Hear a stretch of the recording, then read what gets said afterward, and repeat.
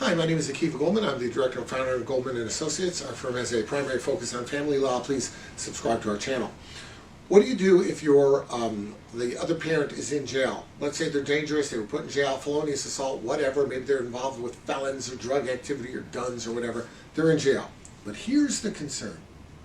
The concern is that when they get out, they're going to seek custody. They're going to seek parenting time. They're going to try and get back in the life of your child, which you feel is probably not the best thing because he or she is a particularly poor influence.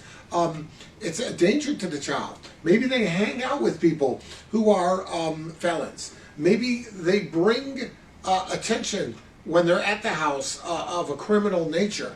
Maybe they have a lot of people who they did bad drug deals with or something like that, and maybe they could shoot up your house, and if that guy's there, you could become victimized too. So maybe that's what you're concerned about. If you're concerned about that, obviously you have to file petitions before the court to suspend parenting time until such time as the court rules otherwise. And let them file a petition to get parenting time, and the court can determine whether or not there's a basis for it. Another thing you might do, when the person goes into jail and the person is going to be there for a while, it's probably your better practice to take your action then, when he first goes in, not when he's just coming out.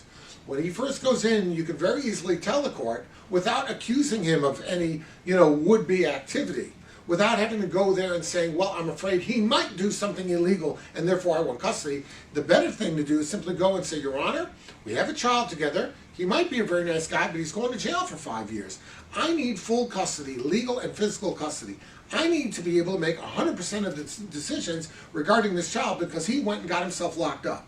That is a request that is reasonable that the court will probably grant. Now, once you have full physical and full legal custody, then you have all sorts of options. You can govern the parenting time. You can decide what parenting time there should or should not be.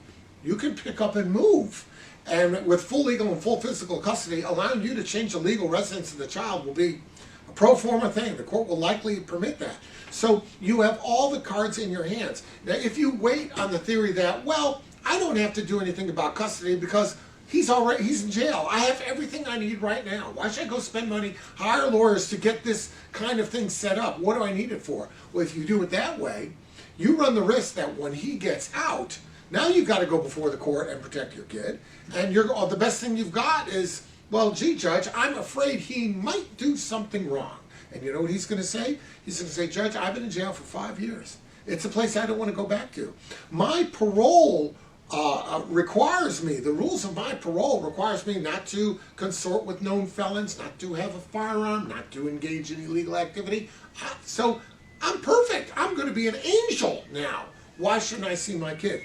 That's a very hard argument to refute. It's much easier to do it the other way. So if you're in that scenario, I would suggest you immediately, not sit on your rights, but immediately take action to vest yourself with the appropriate full custody. If you have any questions about that, reach out, and we'll be glad to help you out.